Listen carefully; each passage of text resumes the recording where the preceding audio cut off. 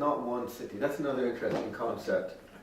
And clearly, when one looks at these maps, there are very different stories that are not stories that normally get told. The stories, for example, of the land as seen by companies that don't reside here but use the landscape for the import and export of petrochemical substances. And that landscape that they envision and they have mapped out and they use sometimes does and sometimes doesn't layer onto other ones. And that story does or doesn't get told. It's told by chain link fences or private property signs as much as anything else, or by these pipes and shipping routes and other stories that are of encounter that exist in a kind of cloud of mystery. What's behind that spot?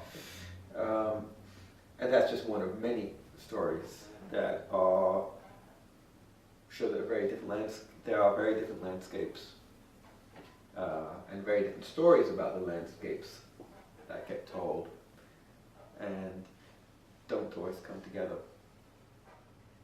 And that's part of the role of art, performance, story, is to bring threads together to create a unified, I don't mean that singular, but to a sense of the whole being enriched, that elements of your landscape or your lives that are ambiguous get fleshed out and explored, and threads can get made linking aspects that are hard to grasp, that go beyond what the map shows. How do you make that map back into memory?